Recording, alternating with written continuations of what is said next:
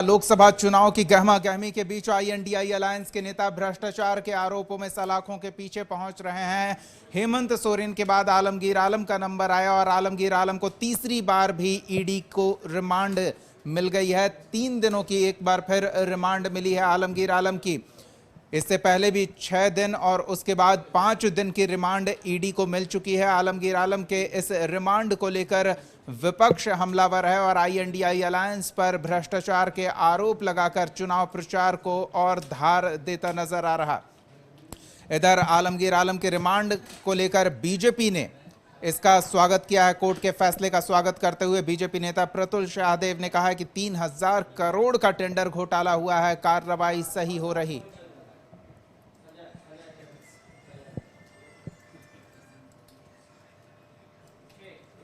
बढ़ाने का स्वागत करते हैं क्योंकि ये झारखंड के सबसे बड़े घोटालों में है। आप देखिए, रूरल डेवलपमेंट डिपार्टमेंट में 3000 करोड़ का प्रारंभिक आकलन किया है ईडी ने, और अभी तो कई कड़ियां खुलनी और कई कड़ियां जुड़नी बाकी हैं।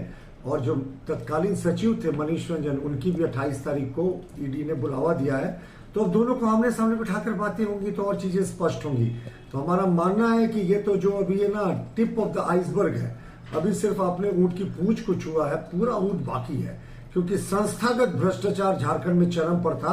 और इस रिमांड अवधि के बढ़ने के बाद और गहनता से पूछताछ होगी तो हमें लगता है कई गड़े हुए राज और निकलेंगे। केंद्रीय एजेंसियों की कार्रवाई, वो भी ऐन चुनाव के समय, इसका फायदा बीजेपी उठाने की कोशिश कर रही है अपने चुनाव प्रचार अभियान में, जिसको लेकर सुप्रियो भट्टाचार्य की तल्खी देखने को मिली। सुप्रियो भट्टाचार्य ने प्रेस कॉन्फ्रेंस कर पीएम मोदी पर जोरदार हमला बोला। वहीं केंद्रीय एजेंसियों की कार्रवाई को लेकर भी काफी कुछ कहा, सुनिए जरा। करोड़ रुपए का जो ईडी ने चार्जशीट जमा किया था अजित पवार के खिलाफ, छगन भुजबल के खिलाफ, वो चार्जशीट अब आज कहां है? ऐसे असंख्य उदाहरण है, आप थक जाएंगे नाम सुनते सुनते। उम्मीद कितना सीट पे है झारखंड की बात? 14 सीट हमें मिलना चाहिए, लेकिन मुझे विश्वास है 2004 हम जरूर रिपीट करेंगे। 1000 करोड़ रुपए का जो ईडी।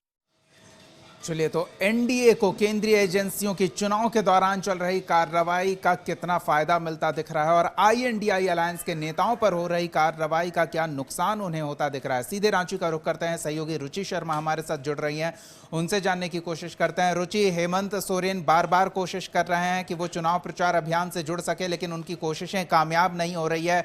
कोर्ट से उनकी अर्जी खारिज हो जा रही है। दूसरी ओर कांग्रेस नेता भी इन भ्रष्टाचार के आरोपों को झटकने की कोशिश कर रहे हैं, पर उसमें भी राहत मिलती नहीं दिख रही और इसका भरपूर फायदा एनडीए इस चुनावी माहौल में उठाने की कोशिश कर रही है। तो हम तस्वीरें आपको दिखा रहे हैं कि किस तरह से आलमगीर आलम को तीसरी बार कोर्ट में प्रोड्यूस किया गया और ईडी ने कस्टडी मांगी और ईडी को कस्टडी मिल गई। इससे पहले भी 6 दिन के लिए और फिर दूसरी बार 5 दिन के लिए कोर्ट ने ईडी के रिमांड की अपील स्वीकार करते हुए आलमगीर आलम को पूछताछ के लिए ईडी के सुपुर्द किया था। और अब एक बार फिर 3 दिनों के लिए आलमगीर आलम ईडी के सवालों का सामना करेंगे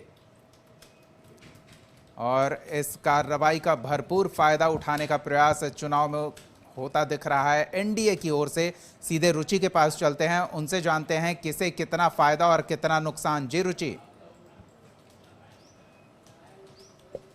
बिल्कुल दीपक, देखिए जिस तरीके से आलमगीर आलम की कार्रवाई यानी कि ग्रामीण विकास विभाग के सबसे पहले तो अभियंता पर हुई थी, उसके बाद उनके पीएस जो यानी कि आलमगीर आलम जो मंत्री हैं उनके पीएस पर हुई, पीएस के नौकर को अरेस्ट किया गया और उसके बाद जो तारे हैं, कनेक्शन मिलता गया, कनेक्शन जुड़ता गया और उसके बाद आलमगीर आलम को पूछताछ के लिए बुलाया जाता है। उसके बाद दूसरे दिन जब पूछताछ के लिए जाते हैं तो इनकी गिरफ्तारी होती है, यानी कि वो साक्ष्य, वो सबूत मिलते हैं हैं और उसके बाद ही रिमांड पर लिया जाता है। और आज की अगर बात की जाए तो 3 दिनों तक और इन्हें पूछताछ सवालों, ईडी के अधिकारियों के सवालों का सामना जो है वो करना पड़ेगा। तो ऐसे में देखिए इसका फायदा आपने कहा कि एनडीए को हो रहा है, यानी कि एनडीए को चूंकि जहां भी प्रधानमंत्री नरेंद्र मोदी सभा को संबोधित कर रहे हैं, जनसभा को संबोधित कर रहे हैं, वहां पर ये जिक्र करने से चूक नहीं रहे हैं। चाहे वो प्रधानमंत्री से लेकर के अमित शाह की बात हो या राजनाथ सिंह की बात हो या प्रदेश स्तर के जो नेता हैं उनकी बात करें, तो वो लगातार भ्रष्टाचार के खिलाफ बोलते हुए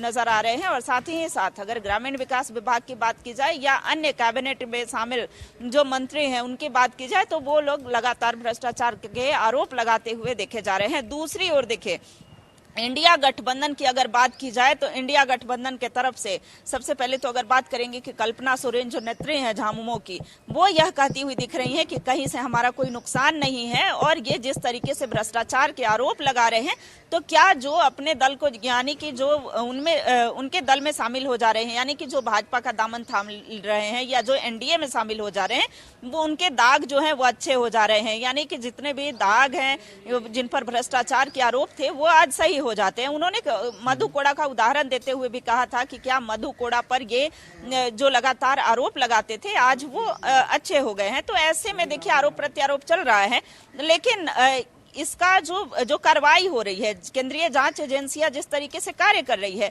तो आरोप प्रत्यारोप हो ही रहा है। लेकिन दूसरी ओर बात करें, चूंकि 11 लोकसभा संसदीय सीट के लिए वोटिंग यहां पर हो चुका है, मात्र 3 सीटें बाकी हैं, यानी कि 3 संथाल परगना की जो 3 सीटें हैं उस पर चाहे एनडीए हो या इंडिया गठबंधन हो, दोनों जोर लगा रही हैं।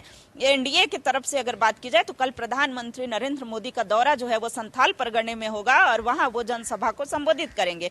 दूसरी ओर कल्पना सोरेन वहां कैंप की हैं, यानी कि वहां वो कैसे तीनों सीट जो है इंडिया गठबंधन के पाले में जाए इसके लिए प्रयास किया जा रहा है। लगातार सभाएं आयोजित हो रही हैं। बिल्कुल, आरोप तो अपनी जगह है रुचि। क्या एक और जो संभावना बन रही है कि जिस तरह से INDI अलायंस के नेता प्रचार अभियान के दौरान ये एनडीए के नेताओं पर, नरेंद्र मोदी पर, केंद्र सरकार पर आरोप लगा रहे हैं कि विपक्ष के तमाम प्रभावशाली नेताओं को चुनाव प्रचार से दूर करने के लिए षड्यंत्र करके सलाखों के पीछे पहुंचा दिया गया है, तो क्या इसका एक सिंपैथी वाला असर भी दिखेगा?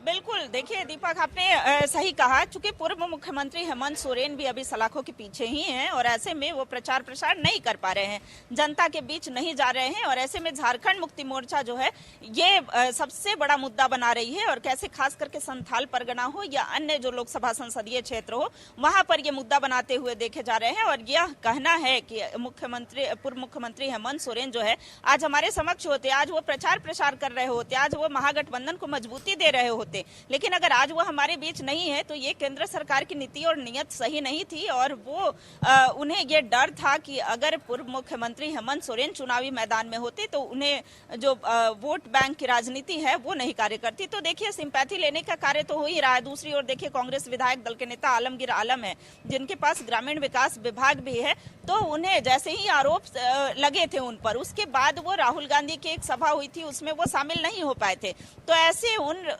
नेताओं को भी दूर रखा गया था, यानी कि वो नहीं प्रचार प्रसार कर पाए।